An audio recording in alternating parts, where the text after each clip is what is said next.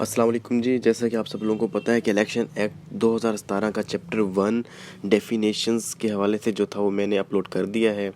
उसकी जितनी प्रिपरेशन है अगर आपने करनी है तो डिस्क्रिप्शन में मैं लिंक भी दे रहा हूँ और ऊपर भी लिंक आ रहा है, आप यहाँ से जाके वो चैप्टर तैयार कर सकते हैं। आज बारी है चैप्टर 2 इलेक्शन एक्ट 2017 की। चैप्टर का टाइटल जो नेम है वो ये है कि इलेक्शन कमीशन ऑफ पाकिस्तान, और इसके टोटल कुछ 14 सेक्शंस हैं जिनको आज हम स्टडी करने लगे हैं। तो चलें जी, हम चलते हैं इसके ओरिजिनल वर्डिंग्स की तरफ, जो कि इलेक्शन एक्ट 2017 की ओरिजिनल वर्डिंग्स हैं। हम उनको पढ़ते हैं और अंडरस्टैंड करते हैं कि उसमें क्या कुछ लिखा गया है। तो इससे इंशाल्लाह हमारी जो है ना प्रिपरेशन हो जानी है। और फर्दर इसके तकरीबन 15 चैप्टर हैं और सब चैप्टर्स की मैंने अलग से वीडियोस बना के अपलोड कर देनी है। तो आप सब लोगों से रिक्वेस्ट है कि आप चैनल को सब्सक्राइब करें, शेयर करें, ताकि सब दोस्तों का भला भी हो जाए। Chapter 2 election commission of Pakistan, इसमें जो है सेक्शन 3 आता है सबसे पहले, प्रोसीजर ऑफ द कमीशन। जो कमीशन है इससे मुराद है election commission of Pakistan in the performance of its functions and duties exercise the its powers commission shell regulate its own procedure. ठीक है जी, इसका कमीशन का अपना प्रोसीजर है जो कि इसके रूल्स में लिखा गया है। इसमें वो ये बता रहा है commission may exercise powers perform its functions even if the officer of any member of the commission is vacant, ठीक है जी, और member for any reason unable to attend the proceedings। ठीक है जी, वो यहाँ पर ये कहना चाह रहा है कि सेक्शन 2 में कोई भी मेंबर अगर प्रेजेंट नहीं हो सका कमीशन के जो पैनल है उसमें और कोई डिसीजन लेना है, तो वहाँ पर जो भी लोग बैठे होंगे, प्रेजेंट होंगे, उनमें जो मेजॉरिटी का जो डिसीजन होगा वही डिसीजन जो है ना इफेक्ट करेगा, वही डिसीजन जो है बाद में इफ़ेक्टिव होगा। उसके बाद इसका सेक्शन 3 है जिसमें ये बता रहा है, सब सेक्शन 3 है इसका, कि अगर कोई भी यानी कि उसमें से मेंबर जो है मिस नहीं है या पूरा पैनल मौजूद है और वहाँ पर अगर जो है ना आ जाता है डिफरेंस ऑफ ओपिनियन आ जाता है कि अगर 5 लोग हैं कमीशन के बेंच में और पांचों का जो है ना ओपिनियन डिफरेंस है, तो वहाँ पर क्या होगा, वहाँ पर वो कहते हैं commission shall be exercise in terms of opinion of majority. और वो यहीं पर ये नीचे फिर दोबारा से लेके जा रहा है। तो ये जो मैटर है ये फर्दर रेफर कर दिया जाए किसको, भला इलेक्शन कमिश्नर को, जो वहाँ कमिश्नर हेड होगा उसको। उसके बाद प्रोवाइडेड दैट, फिर अगेन वही बात कर रहा है, where the members attending the proceedings of the commission और for they are equally divided in their opinion, then वो इसका बी में जाकर सोल्यूशन दे रहा है। सॉरी, बी में फिर एक और ऑप्शन है, where the members attending the proceedings of the commission are 3 and there is difference of opinion amongst them. यहाँ पर उसका जो है सोल्यूशन दे रहा है, the matter shall be placed before the decision before full commission comprising all its members. तो वहाँ पर कंडीशन इम्प्लाई हो जाएगी कि इम्पोज हो जानी है कि सब मेंबर्स का ज़रूर हाजिर होना ज़रूर है और उस पर फिर दोबारा से जो है डिसीजन मेकिंग होगी। तो नेक्स्ट जो है क्वेश्चन है in this section and section 6, ठीक है जी, the terms member of the commission includes the commissioner. ठीक है जी, मेंबर्स ऑफ कमीशन जो है उससे मुराद यह है कि कमिश्नर भी उनमें इंक्लूड होगा। सेक्शन 4 है पावर टू इशू डायरेक्शंस। ठीक है जी, commission shall have the powers to issue directions. ठीक है जी, वो नेसेसरी डायरेक्शंस जो है ना वो इशू कर सकता है to perform duties, complete justice matters pending. ठीक है जी, before the court screening securing the attendance of any person. ठीक है जी, के जो है इसकी पावर्स हैं वो किसी भी शख्स को बुला सकता है अपने पास, किसी भी शख्स को हुक्म जारी कर सकता है कि जी फलां डॉक्यूमेंट हमारे सामने प्रोड्यूस करें और हमारी जो है ना मीटिंग्स में पेश हो, हमारे सामने पैनल के सामने पेश हो। उसके बाद सब सेक्शन 2 है जी, डायरेक्शन और order shall be enforceable through out Pakistan. ठीक है, जिसके डायरेक्शंस और जो ऑर्डर्स होंगे वो पूरे पाकिस्तान में कहीं पर भी लागू हो सकते हैं। Anything required to be done carrying out purpose of this, अच्छा जी, which is no provision and no sufficient provision exist shall be done by the such authority in such manners as the commission may direct। कोई भी यानी कि इसका member जो है वो ऐसे ही किसी को ऑर्डर जारी नहीं करेगा, लेकिन वो जो है ना फॉलो करेगा प्रोसीजर को प्रॉपर, देन जो है वो कोई डायरेक्शंस जारी करेगा। उसके सेक्शन 5 है जी, assistance to the commission, the commissioner और the commission may require any person authority to perform such functions render such assistance for the purpose of this act as he और इट मे डायरेक्ट। ठीक है जी, तो वो commissioner किसी शख्स को क्या देता है तो बाउंड हो जाता है, ड्यूटी बाउंड है कि वो जो है ना उसकी बातों पर अमल करे और assistance they for the purpose of this act. It shall be the duty of the adjective authorities जितनी भी होंगी, फेडरल हो चाहे प्रोविंशियल हो, उन सब को जो है ना असिस्टेंस करनी पड़ी कमिश्नर को इन कमीशन इन डिस्चार्ज यानी कि वो किसी भी एग्जेक्टिव अथॉरिटी को प्रोविंशियल या फेडरल को हुक्मनामा जारी कर सकता है कि जी हमें फ़लाँ जगह पर इलेक्शंस हैं या फ़लाँ जगह हमारी एक्टिविटीज़ हैं, उसमें हमें आप लोगों ने असिस्टेंस देनी है। वो चाहे फिर जो है ना ट्रांसपोर्टेशन की हो, सिक्योरिटी की हो या किसी भी तरह की असिस्टेंस हो तो वो देंगे।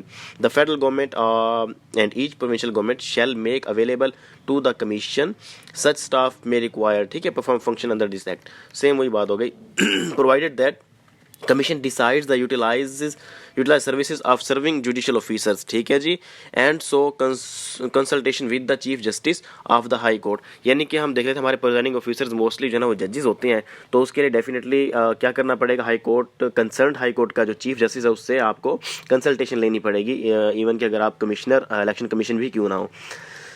सब सेक्शन 4 आ रहा है जी, after the election programme has been issued and till the publication of the names of the return candidate in the official gazette and government authority shall not post transfer any official.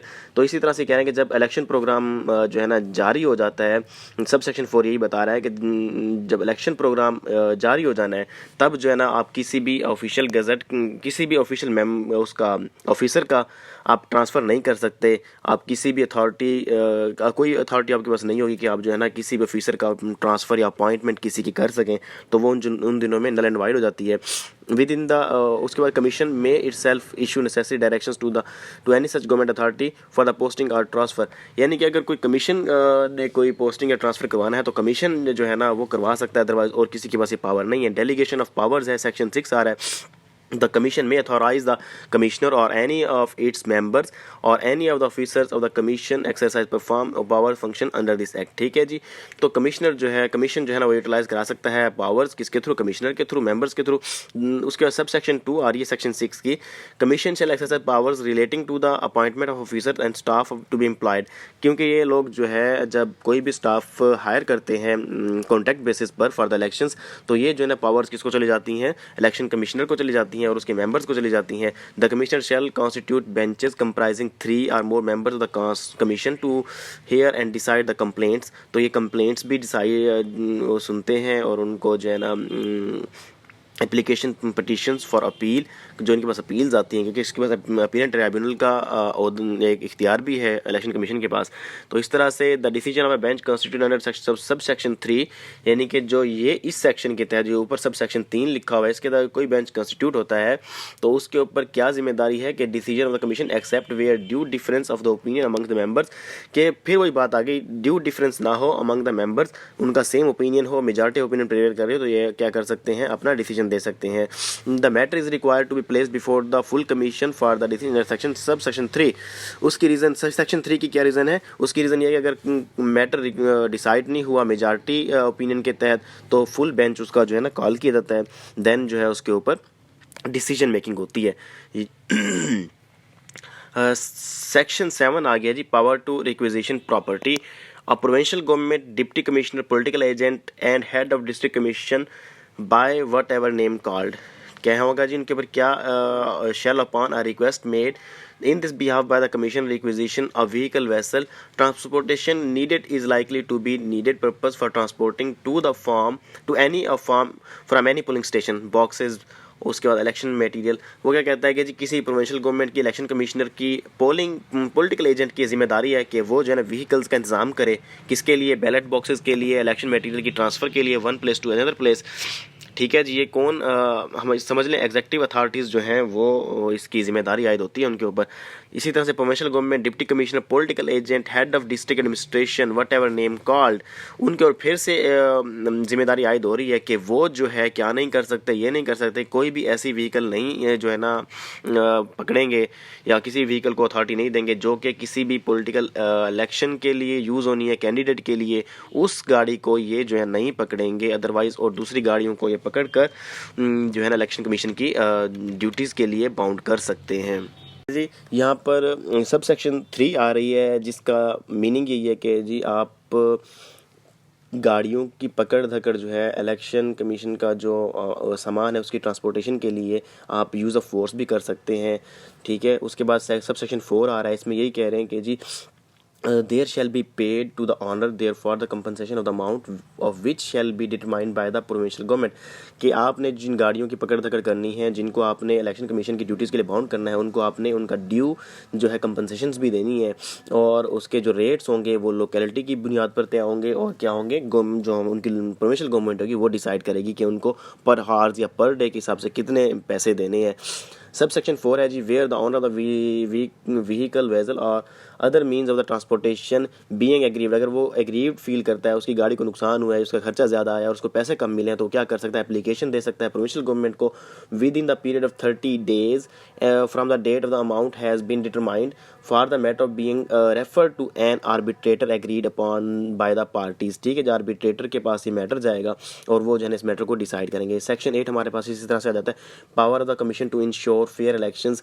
ठीक है जी, fair elections की जो है इंश्योरमेंट के लिए ये powers election commission के पास वो क्या कर सकते हैं, stop the polls at one और more polling stations at any stage. ठीक है, जो किसी भी वक्त जो है ना पोलिंग स्टेशन को रोक सकते हैं, वो उनको ये पता चल जाए कि जी यहाँ पर कोई भी इलीगल एक्टिविटी हो रही है, to ensure the conduct of the elections justly fairly in accordance with law.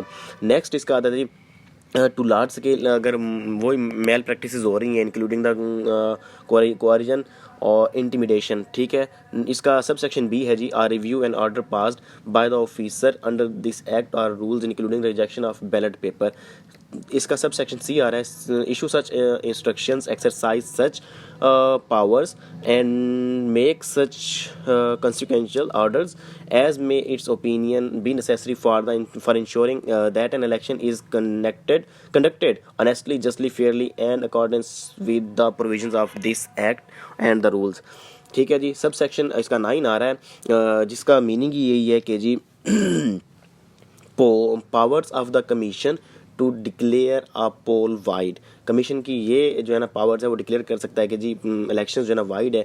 उसकी यहाँ पर उन्होंने क्या लिखी है, कोई भी लीगल एक्टिविटी हो रही हो, वायलेशन ऑफ दिस एक्ट हो रही हो, और मेनली यहाँ पर सबसे बड़ी बात ये की गई है कि अगर किसी भी पोलिंग पर जो है ना कोई एग्रीमेंट हुआ है जो कि इलीगल है, लाइक किसी भी पोलिंग स्टेशन पर कहा गया जी women's from the cast restraining women from casting their votes, it shall make a declaration accordingly and call upon voters in the concerned polling stations or in the whole constituency as the case may be to be recast their votes in the manners provided by for by elections। ठीक है जी, वहाँ पर by elections होंगे और women's को फिर दोबारा से इलेक्शन कास्ट करने दिया जाएगा। किसी भी पोलिंग स्टेशन पर वुमेन को जो है ना बाउंड नहीं कर सकते कि आपने इलेक्शन कास्ट नहीं करना। ठीक है, एक्सप्लेनेशन वो दे रहा है, ये भी वो एक और एक्सप्लेनेशन दे रहा है, अगर जो है ना वीमेंस का जो है ना वोटिंग जो टर्न आउट है वो 10% से भी कम होगा, तो वो भी ये समझा जाएगा कि यहाँ पर औरतों को वोट कास्ट करने नहीं दिए गए, तो फिर दोबारा से वहाँ पर री इलेक्शंस होंगे और बाई इलेक्शंस को बोलते हैं, और वहाँ पर वुमेंस को जो है इलेक्शन में हिस्सा लेने का दोबारा से कहा जाएगा। जब तक वो वीमेंस इलेक्शन नहीं लेंगी, तब इलेक्शन में हिस्सा नहीं लेंगी, तब तक वहाँ की जो है ना वोटिंग जो है वाइड नहीं होगी।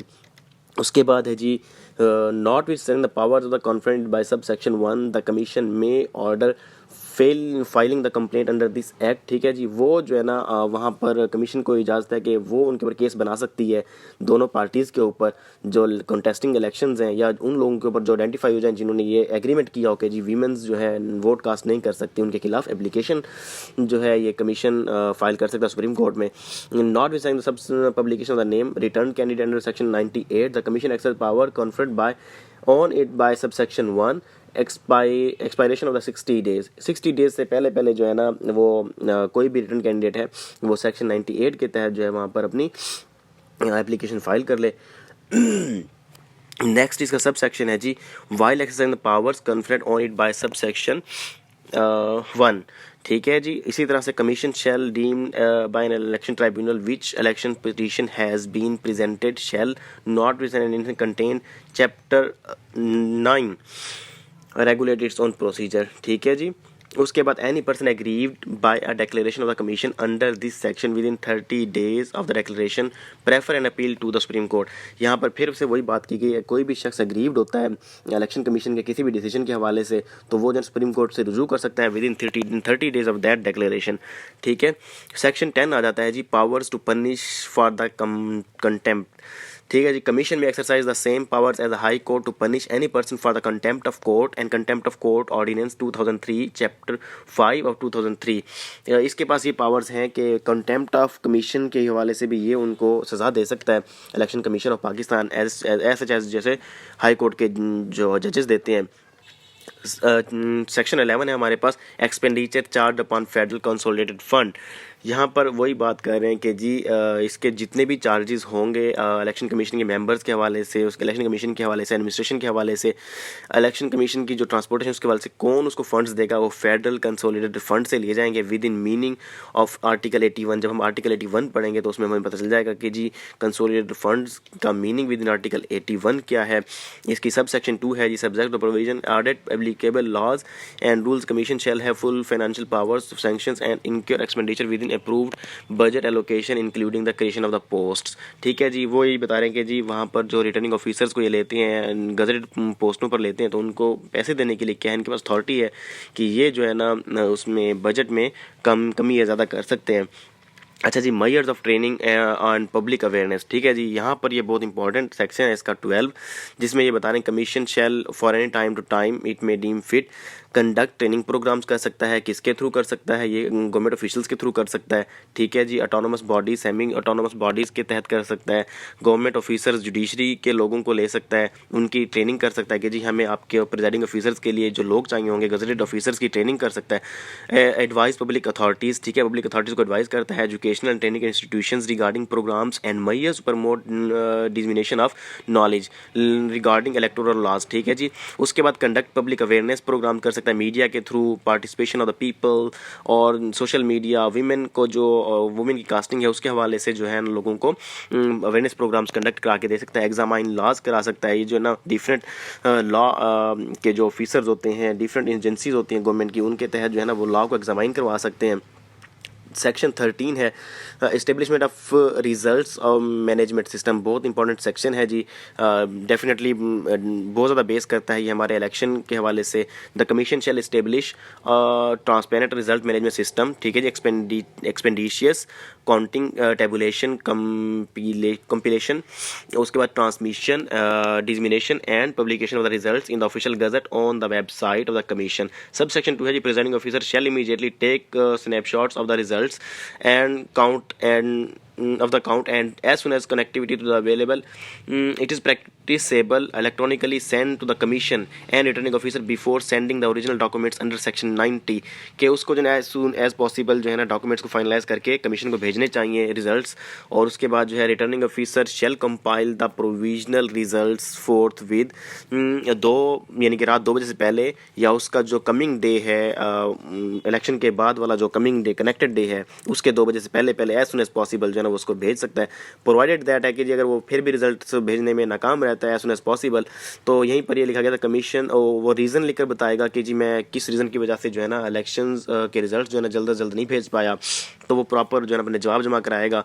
सब सेक्शन 4 है जी, the returning officer shall electronically send to the commission scanned copy, जो रिजल्ट की स्कैन कॉपी होगी, scan copy of consolidated statements of the results. ठीक है जी। और जो है उन लोगों जो कैंडिडेट्स होंगे उनकी भी स्टेटमेंट्स वो उनको लिखकर भेजेगा स्कैन करके presiding officer under sub section 18 of the section 90। ठीक है जी। इसी तरह सब सेक्शन 5 है, returning officer shall also send the commission original copies of documents mentioned in the subsection 3 and section 4। ठीक है जी। थ्रो स्पेशल मैसेंजर और जो स्विफ्ट कॉपीज़ होंगी वो सब कुछ किसको भेजेगा? अपने इलेक्शन कमीशन को भेजेगा। नेक्स्ट है जी हमारे पास sub section 6, commission shall publish the documents received under section 3 along with the gender disaggregated data turn out on its website. वो अपनी वेबसाइट पर एज सुन एज पॉसिबल जो है उस डाटा को पब्लिश कर देगा election commission of Pakistan, so that जो लोग वहाँ से अपना देख सकें डाटा। नेक्स्ट जो सेक्शन है सेक्शन 14 है, इलेक्शन प्लान है इसका। बहुत ही इंपॉर्टेंट सेक्शन है। The commission shell at least 4 months before the general elections क्या करेगा जी, वो अपने एजेंडा को लोगों के सामने लेकर आएगा, एक्शन प्लान को लेकर prepare comprehensive action plan specifying all legal and administrative measures that have been taken or required to be taken in respect of election ठीक है जी। उसमें क्या कुछ करेगा, डिलिमिटेशन ऑफ कॉन्स्टिट्यूंसीज होगा, रिवीजन ऑफ इलेक्टोरल रोल्स होगा, इनलिस्टमेंट ऑफ पॉलिटिकल पार्टीज होगा, एलोकेशन ऑफ सिंबल्स होगा। नेक्स्ट इसका क्या है जी, वो कहता है appointment and training of district returning officers होगा, जिसमें प्रिजाइडिंग ऑफिसर्स होंगे, रिटर्निंग ऑफिसर्स होंगे, जुडिशियल ऑफिसर्स होंगे, उन सब की ट्रेनिंग करता रहेगा साथ साथ। इसका एफ सब सेक्शन है जी, preparing the constituency wise list. उसके बाद है polling station and list of the polling personnel. ठीक है जी।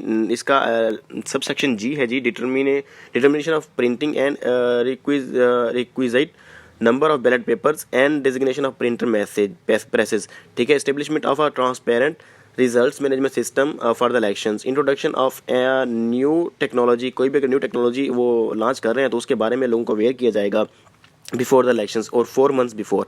Arrangements of for elections observers. ठीक है जी। इलेक्शन ऑब्जर्वर्स नेशनल हो या इंटरनेशनल, उन सबको जो है ना अरेंज किया जाएगा। Appointment of appellate and election tribunals.